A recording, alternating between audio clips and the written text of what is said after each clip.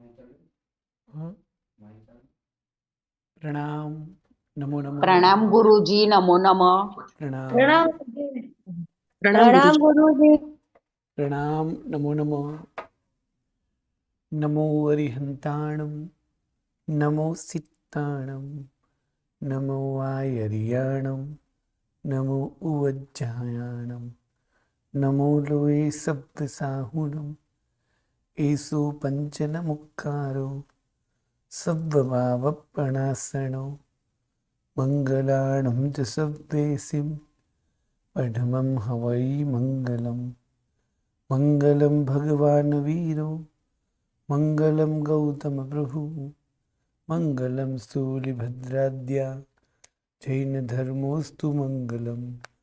अंगूठे अमृतवसे, लब्धितणा भंडार, श्री गुरु गौतम समरिये, वांछित फलदाता।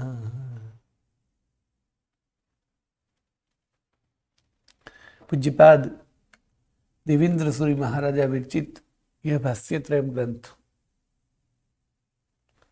वंदित्तु वंदणिज्ये सब्बेची वंदनाई सुवियारम बहुवित्ति भास चुन्नी सुयाणुसारेण बुच्छामि।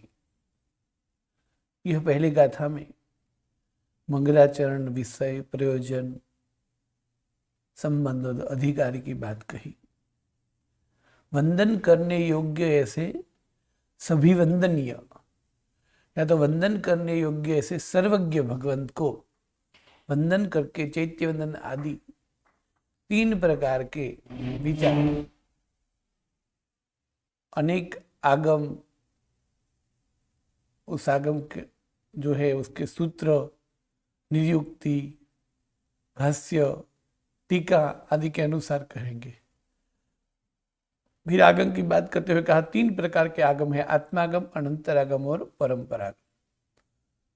अब आगम में 45 आगम है जो सूत्र स्वरूप है, जिसको 10 से लेकर 14 पूर्वधर है, उन्होंने जो रचना की है वो, और उन पर निरुक्ति, भाष्य, चूरणी और टीका, ये 5 अंग है जो एक के बाद एक स्पष्टीकरण अलग अलग विशेष रूप से देते हैं। तो ऐसे 45 आगम है जो सूत्र स्वरूप विद्यमान है। उसमें 10 आगमों पर भाष्य है और 7 आगमों पर नियुक्ति भी है, तो आवश्यक सूत्र पर पंचांगी भी है। ये सब सूत्र को छोड़कर निरुक्ति आदि की रचना में खास तौर से निरुक्ति भद्रबाहु स्वामी जी कृत है, भाष्य जिन भद्रगणी और जिनदास संघदास गणी रचित है, जबकि चूर्णी जिनदास गणी रचित है। इन सब के आधार पर वादिवेताल शांति सूरी जी महाराजा ने, जिन्होंने जीव विचार की रचना भी की है, उन्होंने जीवंदन महाभास नाम का ग्रंथ भी बनाया है। इन सभी का आधार लेकर चैत्यवंदन भाष्य नाम का ये भाष्य यानी भाष्य त्रयम नाम का एक ग्रंथ बनाया है, जिसके पहले विभाग में चैत्यवंदन भाष्य, दूसरे विभाग में गुरुवंदन भाष्य और तीसरे विभाग में पच्चखंड भाष्य बताया है। यहाँ भाष्य का अर्थ है कहने योग्य पदार्थ, और 3 प्रकार के कहने योग्य चैप्टर यहाँ है। उसमें पहला चैप्टर है चैत्यवंदन भाष्य, और चैत्यवंदन भाष्य को समझाते हुए 24 मुख्य द्वार बताएंगे और उनकी संख्या, उत्तर संख्या होगी 2074। दूसरी गाथा से लेकर 5वीं गाथा तक यही बात बताई। दह तिग अहिगम पणगम दुदिस्थिति हुगति हाउ वंदनया पणिवायन मुक्कारा भन्ना सोल सैसियाला ईगसी स्वयं तूपया सगन हुई संपयाऊ पण दंडा 12 अहिगार चौवंदणिज सरणिज चौहजीणा चौरोथ हुई निमित्त 12 हेव सोल आगारा गुणविस दोष उसग्ग माणसुत्तम च सगवेला 10 आसायण चावो सब्बेची वंदनाई ठाणाईम 24 दुआरे हिम दुसहसा होंती चौसैरा। ये 4 गाथा में मूल 24 द्वार के नाम और उसके उत्तर भेद की संख्या बताई, और फिर पहले द्वार की शुरुआत करते हुए कहा कि पहला द्वार का नाम है 10 प्रकार की त्रिक। 3-3 के जोड़ों में 10 पदार्थ जो जिनालय में ध्यान में रखने हैं वो यह पहले द्वार में बताए, इसलिए पहला द्वार का नाम है दह तिग। 3-3 की जोड़ियों में 10 प्रकार के पदार्थ। उन 10 त्रिक का नाम बताया गया, कौन सा नाम है उनका। तिन्नी निसिही तिन्नीऊ पयाहिणा तिन्नी चेवय पणामा तिव्या पुयायतः अवत्थतीय भावणम चेव तिदिसी निरीक्षण विरई पयभूमि पमज्जणम च तिखुत्तो वन्नाईतीयम मुद्दातीयम च तिविहम च पणिहाणम। अर्थात 10 प्रकार की जो जोड़ियां है 3-3 में, वो 10 त्रिक कौन सी। एक निसिही त्रिक अर्थात 3 निसिही, प्रदक्षिणा त्रिक 3 प्रदक्षिणा, प्रणाम त्रिक 3 प्रणाम, पूजा त्रिक 3 प्रकार की पूजा, अवस्था चिंतन त्रिक 3 प्रकार की अवस्थाओं का चिंतन, दिशा निरीक्षण त्याग त्रिक 3 प्रकार की दिशाओं में देखने का त्याग, प्रमाजना त्रिक 3 बार भूमि की प्रमाजना, आलंबन त्रिक वर्ण आदि त्रिक અને वर्णादि आलंबन त्रिक 3 प्रकार के आलंबन, मुद्रा त्रिक 3 प्रकार की मुद्राएं, प्रणिधान त्रिक 3 प्रकार के प्रणिधान। तो 10 त्रिक के नाम पहले सबसे बताया कि पहला द्वार है 10 त्रिक दह तिग, जिसमें 3-3 के जोड़े में 10 पदार्थ बताए जाएंगे। वो 10 पदार्थ के नाम बताए गए कौन कौन से, और उसमें पहली त्रिक थी निसिही त्रिक। निसी ही का अर्थ है निषेध त्याग छोड़ना। तो 3 प्रकार के निषेध 3 प्रकार के त्याग जिनालय में एक के बाद एक करने होते हैं। पहला त्याग, दूसरा त्याग और तीसरा त्याग, यानी जिनालय में प्रवेश करने से लेकर सब आराधना करके बाहर निकलते हैं तब तक 3 बार एक के बाद एक के बाद एक त्याग करने होते हैं, निषेध करने होते हैं, यानी छोड़ने होते हैं। जो 3 प्रकार की निसी ही कौन सी और कहाँ करनी है, तो 3 प्रकार के निषेध जो हैं वो 3 बार और 3 बार निसी ही शब्द बोल के जो करते हैं। वैसे एक बार निसी ही बोलने से भी चलता है, किंतु मन वचन और काया एवं 3 बार निश्चय रूप यानी दृढ़ता के लिए 3 बार ये शब्द बोले जाते हैं, निसी ही और निसी ही। अब वो 3 निसी ही कहाँ करनी है, ये 8वीं गाथा में बताते हुए कहा। प्रथम निसी ही त्रिक के जो है 3 प्रकार निषेध वो क्या है। घर जीण हर जीण पुआ वावा रच्चायो निसी ही तिगम अगद्दारे मज्जे तैया ची वंदना समय। अर्थात जीना पूजा करने के समय, जिन मंदिर में जाने के समय जो 3 प्रकार के निषेध है वो कौन से है, तो एक घर शब्द से लेना है संसार संबंधी, यानी संसार संबंधी सभी निषेध करना है, त्याग करना होता है। फिर दूसरा त्याग है जीर्ण हर, यानी जिन मंदिर संबंधी, जिन घर जिन मंदिर सभी संबंधी सभी त्याग करना होता है। फिर जीर्ण पुआ, जिन पूजा संबंधी त्याग करना होता है। 3 प्रकार के त्याग करने होते हैं। वावारत चले व्यापार व्यवहार, पहले घर का सभी व्यवहार का त्याग, फिर जिन मंदिर के व्यवहार का त्याग, और फिर जिन पूजा के व्यवहार का त्याग एक के बाद एक करना होता है, और उसे ही निसी त्रिक कहते हैं। तो पहला निषेध है संसार निषेध, दूसरा निषेध है जिन मंदिर संबंधी निषेध, तीसरा निषेध है जिन पूजा संबंधी निषेध। और वो कहाँ करने होते हैं, अगद्दारे, अग्र द्वार पे पहला निषेध, यानी मुख्य द्वार पे प्रवेश करते समय पहला निषेध है। मज्जे यानी मध्य में, रंग मंडप में, या तो गह्वारे में प्रवेश करने से पहले या तो पूजा शुरू करने से पहले दूसरा निषेध है। और तीसरा निषेध कब करना है? चैत्यवंदन शुरू करने से पहले। तो 3 निषेध एक के बाद एक कहाँ आते हैं? तो पहला निषेध, जिन मंदिर में प्रवेश करने के समय मुख्य द्वार पे, अग्र द्वार पर और सभी संसार संबंधी विचारणाओं का त्याग। और फिर जिन मंदिर में जुड़ना है, फिर जिन मंदिर की सभी व्यवस्थाएं, पूजा की सभी तैयारी आदि की व्यवस्था में। अब ये सब हो जाए, इसलिए जिन पूजा में जुड़ना है। तो जिन पूजा में यानी द्रव्य पूजा पहले जो होती है, वो द्रव्य से की गई हुई करने वाली पूजा। और जिन पूजा में जुड़ने के लिए जिन मंदिर संबंधी जो सूचनाएं, व्यापार व्यवहार जो था, उन सब का त्याग। और फिर द्रव्य पूजा होने के बाद में चैत्यवंदन शुरू करने से पहले तीसरे बार निषेध यानी निषिही करके फिर द्रव्य पूजा का भी त्याग और भाव पूजा में एकाग्र बनना है। इस प्रकार 3 त्याग करने होते हैं, 3 निषेध करने होते हैं। काया को वश करना आसान है, जो कि वो भी मुश्किल है। मन और वचन तो उससे भी कठिन है। अर्थात मन को वश करना और भी कठिन है।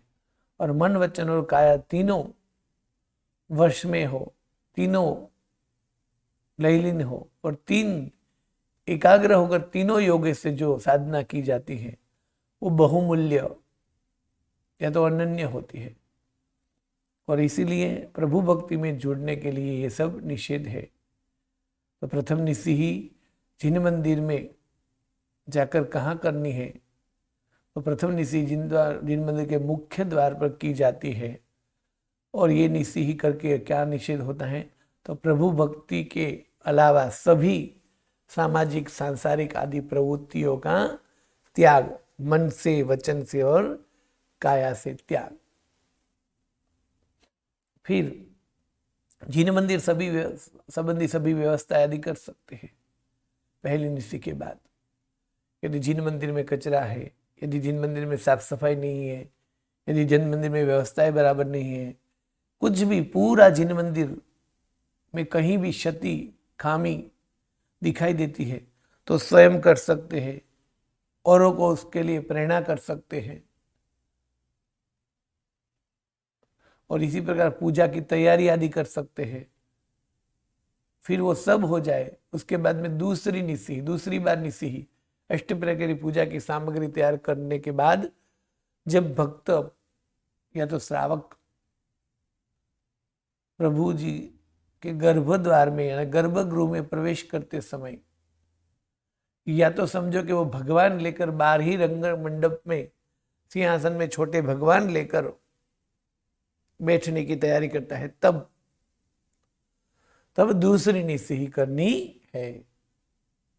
और दूसरी निषिही करके अब जिन मंदिर संबंधी सभी सूचनाएं, तैयारी संबंधी सभी सूचनाएं वो बंद है। बस अब जिन पूजा का ही जो है वो विधान है, अर्थात द्रव्य पूजा जो करनी है उनकी ही छूट है। जिन मंदिर संबंधी प्रवृत्तियों का भी त्याग। और कौन सी प्रवृत्ति? सूचनाएं, व्यवस्थाएं आदि प्रवृत्ति। और अब केंद्र में जिन मंदिर भी नहीं, सिर्फ परमात्मा और पूजा। फिर सभी प्रकार के विविध प्रकार के द्रव्य से जब पूजा हो जाए, एक प्रकारी यानी हम चंदन पूजा ही करते, सिर्फ कई बार ऐसा भी होता है। तो सिर्फ चंदन पूजा करने के बाद या तो कोई जल पूजा, चंदन पूजा, या तो कोई जल, चंदन और पुष्प पूजा, या तो कोई जल, चंदन, पुष्प, धूप, दीप करता है, या तो कोई अष्ट प्रकारी पूजा भी करता है। तो जितने भी द्रव्यों से पूजा करनी है, उन सभी प्रकार के द्रव्यों से पूजा करके जब पूजा हो जाए, तब चैत्य वंदन यानी परमात्मा की स्तवना स्वरूप जो भाव पूजा है जिसे बोलते हैं, वो शुरू करने से पहले तीसरी बार निषिही आती है। और वहां निसी ही निसी बोल के निषेध किया जाता है, यानी छोड़ना है, त्याग करना है। किसका? द्रव्य पूजा का भी, यानी गुणगान स्तवना आदि भाव पूजा का शुरुआत करनी है। तो उससे पहले द्रव्य पूजा में से मन वचन और काया को ले लेना है, मतलब वहां से उनका नाता जो है तोड़ देना है और इस भाव पूजा में एकाग्र बनना है। और चैत्यवंदन, इसीलिए जब तीसरी निश्चय के बाद चैत्यवंदन शुरू होता है, चैत्यवंदन के शुरू चैत्यवंदन में उठकर पक्षाल करना, शुरू चैत्यवंदन में सूचन देना, शुरू चैत्यवंदन में बाजू में यदि शांति कलश चल रहा है तो उसमें हाथ लगाना, शुरू चैत्यवंदन में अक्षत पूजा हमने की है और वही पाटला कोई उठा कर ले जा रहा है तो उसको बोलना, उसको रोकना आदि, ये सब प्रक्रिया नहीं हो सकती। पूजा पूर्ण हो चुकी है, अब सिर्फ परमात्मा और परमात्मा की स्तवना भाव विभोर बनकर करनी है। यानी जब सभी द्रव्य पूजा पूर्ण हो जाए उसके बाद में निसी ही बोल दिया, फिर चैत्य वंदना की, यानी भाव पूजा की छूट रहती है, बाकी सब पूजा में जुड़ना नहीं है। हाँ, कहीं विशिष्ट जिनालय आदि में गए हैं, विशिष्ट तीर्थ आदि में गए हैं तो भी चैत्य वंदन शुरू कर दिया, फिर चैत्य वंदन पूर्ण हो जाए पूरा, फिर वापस भले दूसरी बार द्रव्य पूजा से शुरू करें, यानी फिर से पक्षाल अभिषेक आदि करना है तो, किंतु ये 3 बार निस्सी जो है वो किस लिए है?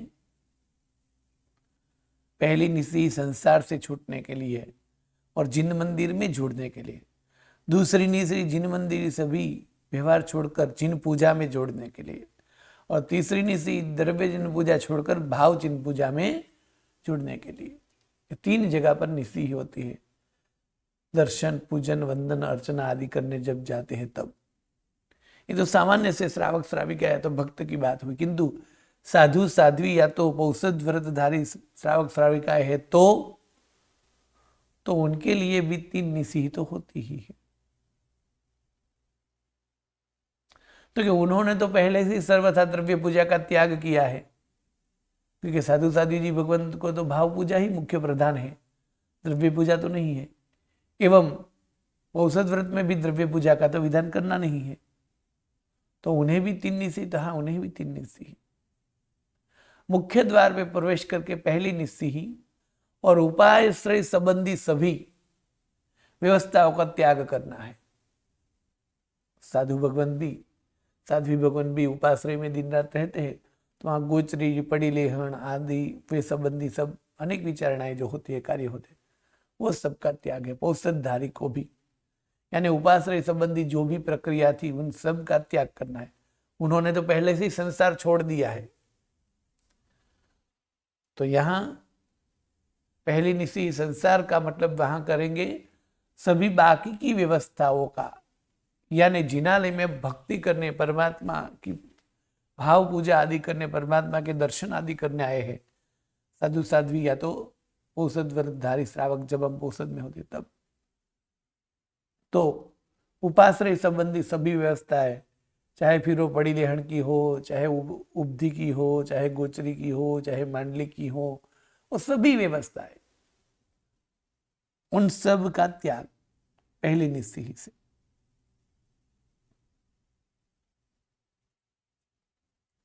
यानी मुनिचर्या और पौषधचर्या का त्याग करना है, फिर उन संबंधी विचारणा वहां नहीं करनी है। परंतु जिन मंदिर संबंधी उपदेश आदि तो दे सकते हैं, तो अब जिन मंदिर संबंधी उपदेश आदि की छूट रहती है उनको भी। अब रंग मंडप में जाते हैं, ज्यादातर पौषधधारी श्रावक को या साधु साध्वी को गभारे में जाने की कोई आवश्यकता होती नहीं है, इसलिए मध्य में जाकर यानी रंग मंडप में जाकर दूसरी निस्सी ही, और उसके बाद जिन मंदिर संबंधी व्यवस्थाओं का कोई उपदेश या तो सूचन का भी त्याग। अब उनका त्याग करके तो फिर द्रव्य पूजा की शुरुआत हो जाती, तो कि उनको द्रव्य पूजा होती नहीं है, तो फिर दर्शन आदि एकाग्रता से करना है। और द्रव्य पूजा आदि संबंधी उपदेश भी दे सकते हैं, प्रदक्षिणा आदि भी कर सकते हैं, दूसरी निश्चय के बाद ये सब कर सकते हैं। और उनको भी तीसरी निश्चय ही करके चैतन्य का प्रारंभ करना है, यानी तीसरी निश्चय के बाद द्रव्य पूजा का उपदेश, समझौती आदि का भी निषेध करके उन सबको भी भाव पूजा में एकाग्र होना है। सभी को 3 निश्चय आती है, संसारी को अलग त्याग है, साधु और व्रतधारी साधक को अलग त्याग होता है। दूसरी तीख है प्रदक्षिणा त्रिक। पहली, दूसरी और तीसरी 3 बार जो प्रदक्षिणा दी जाती है वो, और प्रदक्षिणा के 6 दोहे यानी 6 गाथा प्रसिद्ध है। और 3 प्रदक्षिणा दी जाती है जिसमें दर्शन, ज्ञान और चारित्र की प्राप्ति हो ऐसी भावना प्रकट की गई है। यानी परमात्मा के समक्ष दक्षिणावर्त से, यानी प्रभु हमारे दाएं हाथ की ओर रहे, राइट हाथ की ओर, ऐसे दक्षिणावर्त से फरते हैं।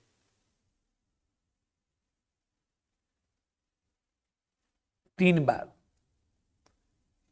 जो कि प्रदक्षिणा 3 से ज्यादा भी हो सकती है अलग अलग आराधना में, किंतु मिनिमम प्रदक्षिणा 3 होती है।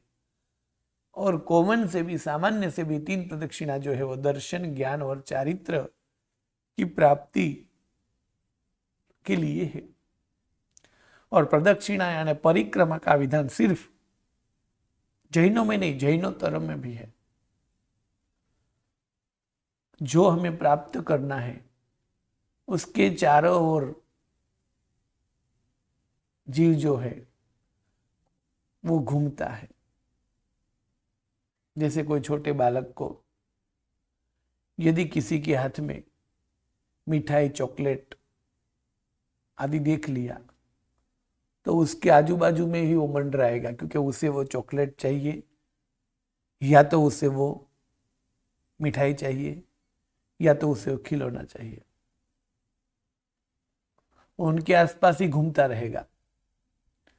तो इसी प्रकार अनंत काल से भौतिक सुख के पदार्थ के आसपास तो कई बार घूमे, केंद्र में संसार के कई सारे सुख के लिए बहुत भटके, घूमे का मतलब यहाँ भटके, कभी पैसों के लिए, कभी पद के लिए, कभी प्रशंसा के लिए, केंद्र में कई मीलों का प्रवास बहुत चले कई बार।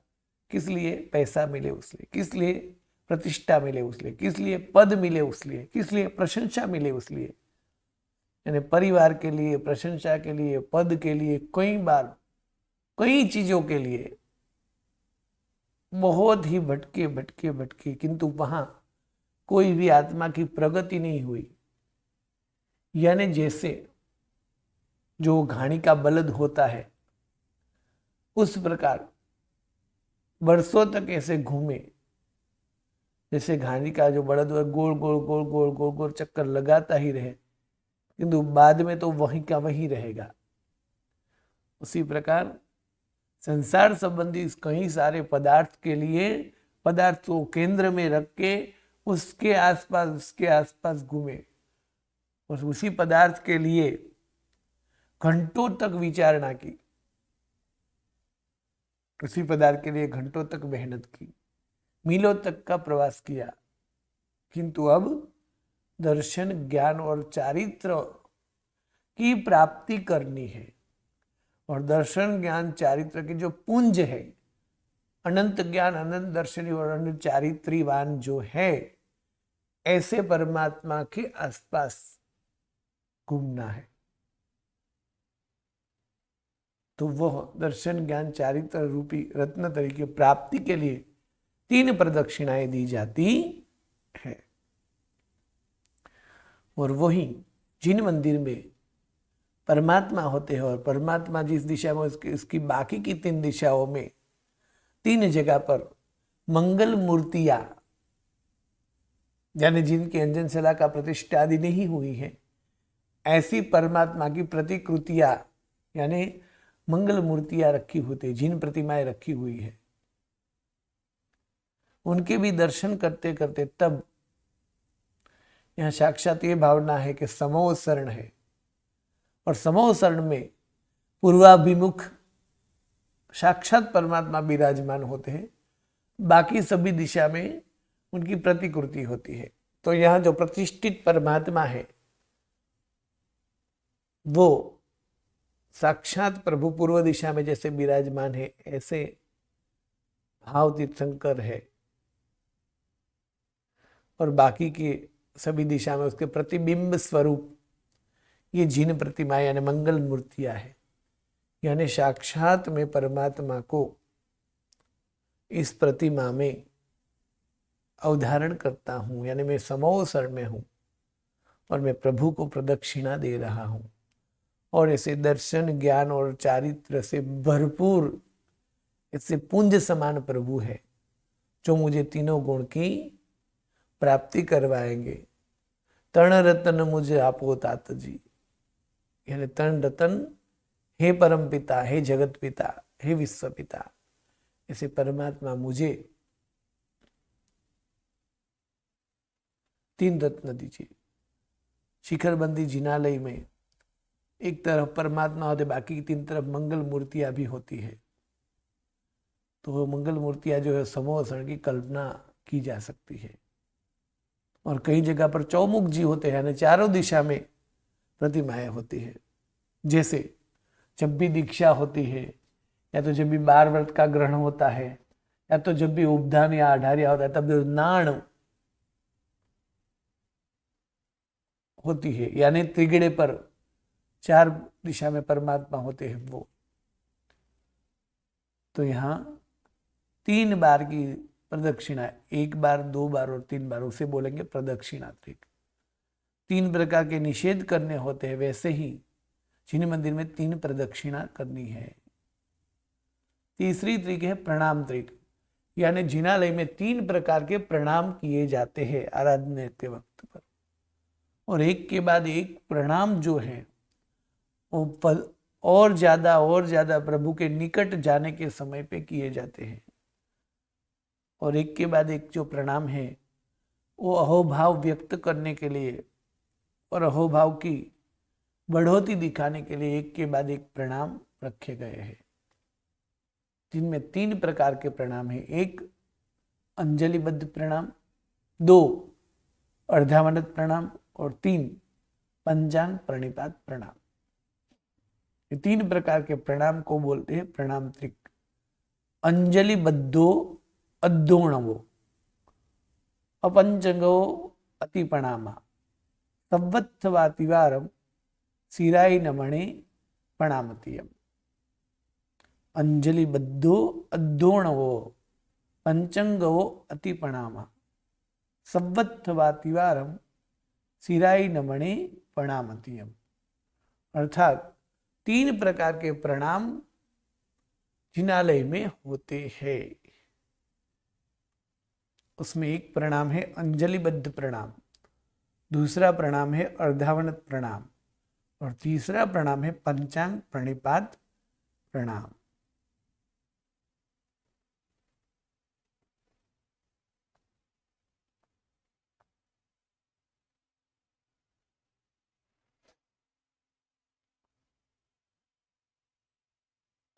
अंजलिबद्ध प्रणाम, अंजलिबद्ध प्रणाम यानी जिन मंदिर में प्रवेश करते समय जहां से भी, यानी मुख्य द्वार से जैसे ही प्रभु के मुख का दर्शन होता है तब, यानी प्रभु का मुख जब दिखाई पड़ता है तब, या तो मुख्य द्वार में जाकर जब परमात्मा दिखते हैं, तब जैसे ही प्रभु का जो प्रभु का दर्शन होता है त्यों ही हाथ जोड़कर, मस्तक झुकाकर, हाथ जोड़कर किंचित मस्तक झुकाकर नमो जीणाणम बोलते हुए जो नमस्कार किया जाता है,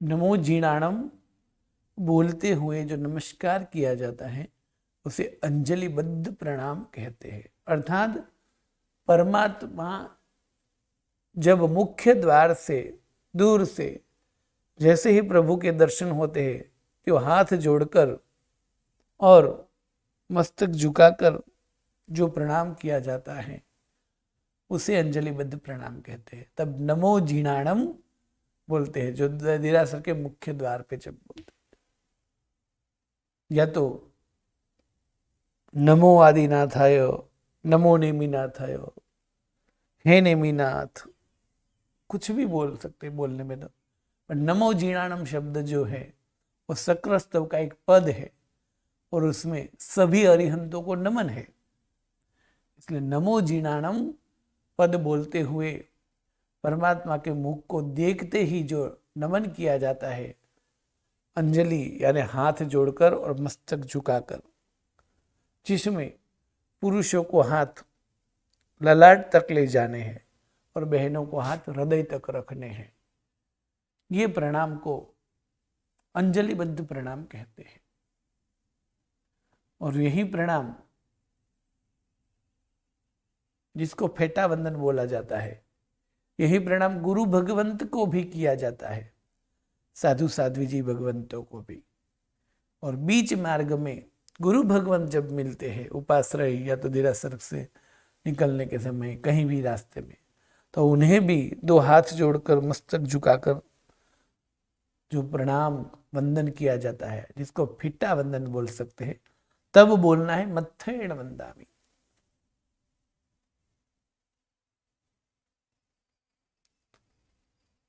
उसी प्रकार दूर से मंदिर की ध्वजा दिखाई दे या मंदिर का शिखर दिखाई दे, तब भी दूर से जो बोलते हैं उसे बोलते हैं अंजलिबद्ध प्रणाम। यानी नमो जीणाणम बोलकर, नमो तिथस्स बोलकर, नमो आदिनाथाय, नमो गिरिराजाय, ऐसे दूर से उनको देखकर जो हाथ जोड़कर किंचित मस्तक झुकाकर जो नमन किया जाता है उसे अंजलिबद्ध प्रणाम बोलते हैं। यही प्रणाम श्रावक श्राविका को भी किया जाता है, किंतु तब नमो जीर्णाणम या मत्थेण वंदामि नहीं बोलना है, प्रणाम बोलना है या तो नमो नमो बोलना है। दूसरा प्रणाम है, दूसरा प्रकार का प्रणाम है वो अर्धावनत प्रणाम, यानी रीढ़ की हड्डी यानी ये जो है पीठ, वो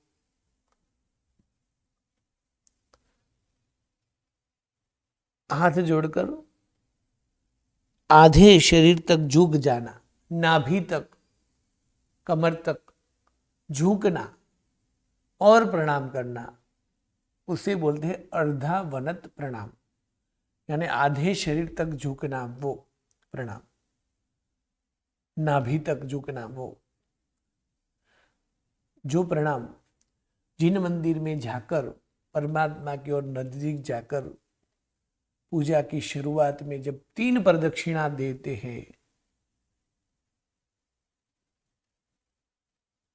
और 3 प्रदक्षिणा देने के लिए परमात्मा के समक्ष जब जाते हैं और 3 प्रदक्षिणा देकर प्रभु के समक्ष जब नजदीक पहुंचकर प्रभु के दर्शन करते हैं, स्तुतियां बोलते हैं आदि बोलते समय जो प्रणाम करते हैं उन्हें बोलते हैं अर्धावनत प्रणाम।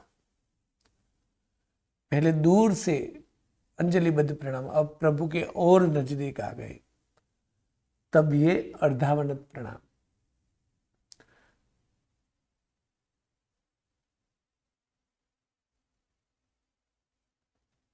प्रभु के निकट जाकर दर्शन होने से साथ ही उसके हृदय में अत्यंत आनंद आ जाता है।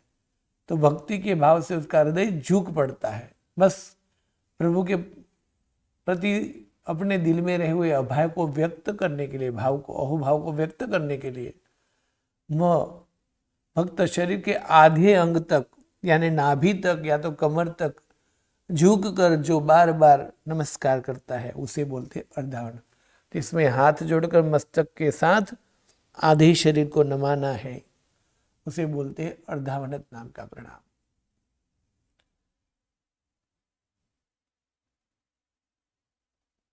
फिर तीसरा प्रणाम है पंचांग प्रणिपात प्रणाम, यानी जो प्रणाम करते समय खास तौर से द्रव्य पूजा के बाद, जो के प्रदक्षिणा के बाद, एक एक प्रदक्षिणा पूर्ण होने के बाद जो है, यहाँ भी अर्धावनत प्रणाम भी कर सकते हैं। प्रदक्षिणा पूरी होने के बाद में जो स्तुति आप बोलते हुए झुकने हैं वहां भी अर्धावनत प्रणाम करना है, किंतु वहां भी पंचांग प्रणिपात दे सकते हैं। द्रव्य पूजा के बाद जब भाव पूजा की शुरुआत होती है तब तीसरा प्रणाम आता है, यानी पांचों अंग को झुकाकर प्रणाम करना होता है। 5 अंग जो है वो भूमि को स्पर्श ना करके जो प्रणाम किया जाता है। दूर से प्रभु दिखाई दे अंजलिबद्ध प्रणाम, प्रभु के नजदीक आ गए और अहोभाव हो गया, आधे झुककर अर्धावनत प्रणाम।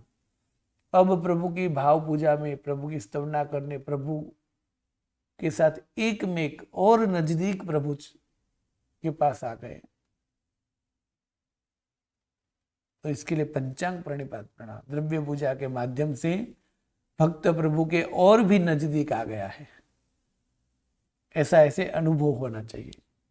जो जो भक्त प्रभु के समीप होता है उसी त्यों त्यों उसके गुण को, परमात्मा के गुण को देखता है और प्रभु उन्हें और भी अच्छे लगने लगते हैं।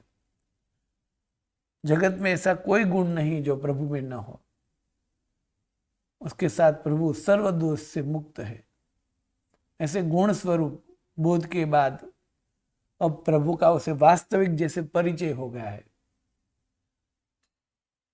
पहले दूर से परमात्मा को देखा, नजदीक आकर प्रभु को देखा, अब प्रभु को गुण दृष्टि से देख रहे हैं। तब पंचांग प्रणिपात अर्थात 2 हाथ, 2 घुटन और एक मस्तक के 5 अंग भूमि को स्पर्श करते हुए जो नमस्कार करते हैं उसे बोलते हैं पंचांग प्रणिपात, जिसमें मस्तक झुकाकर ये व्यक्त किया जा रहा है कि मैं अपने जीवन का सर्वस्व प्रभु तुम्हारे चरणों में अर्पण करता हूं। ऐसे 3 प्रकार के जो प्रणाम हैं उसमें भी कोई भी प्रणाम करते समय प्रथम मस्तक को झुकाकर अंजलि को मस्तक सन्मुख दक्षिणावर्त से मंडला घुमाना, इस प्रकार 3 बार अंजलि भ्रमण करना, 3 बार मस्तक झुकाना, उसे भी प्रणाम तिक कहते हैं। अब पहली बात तो प्रणाम तिक का अर्थ ये कहा कि 3 प्रकार के प्रणाम, कौन से? अंजलिबद्ध, अर्धावनत और पंचांग प्रणिपात, यानी जिनालय में 3 प्रकार के प्रणाम किए जाते हैं, उसे बोलते हैं प्रणाम त्रिक। या तो दूसरी अपेक्षा से ये है कि ये तीनों में से कोई भी प्रणाम करे तब ऐसे हाथ की अंजलि करनी होती है। उपयुक्त 3 प्रणाम यानी जो 3 नाम दिए गए उस 3 नाम में से कोई भी प्रणाम करने के समय जैसे हाथ जोड़कर अंजलि करते हैं तो वो उस मस्तक को झुकाकर वो अंजलि जो है ऐसे 3 बार घुमाते हैं ना, उस 3 बार घुमाने को भी प्रणाम त्रिक कहा जाता है। अर्थात कोई भी प्रणाम करने के समय पर ऐसे 3 बार अंजलि जो मंडलाकार से घुमाना उसे, और ये जो है ये विधान स्थानकवासी भाइयों में ज्यादातर देखा भी जाता है। यानी 3 प्रकार के प्रणाम, उसे प्रणाम त्रिक कहेंगे। और कोई भी प्रणाम करने के समय ऐसे 3 बार जो हाथ को ऐसे घुमाना होता है उसे भी प्रणाम त्रिक कहा जाता है। इसलिए पहले जो कहे उपरोक्त कहे गए 3 प्रकार के प्रणाम में से कोई भी प्रणाम करते समय प्रथम मस्तक को झुकाकर अंजलि जो है उसे मस्तक के सन्मुख दक्षिण ऐसे घुमाना 3 बार। उस 3 बार घुमाना जो है उसे भी प्रणाम त्रिक कहा जाता है। और इसके लिए जैसे तिखुत्तो आयाहीनम, ये जो सूत्र है उसके कोई भी वो प्रणाम करते हुए ऐसे 3 बार घुमाते हैं तो वो 3 प्रणाम कहे जाते हैं। यहाँ लिखा है कि जब स्त्रियां अंजलिबद्ध प्रणाम करें तब उन्हें हाथ इतने तक ऊपर नहीं ले जाने हैं, यहां तक वो कर सकते हैं।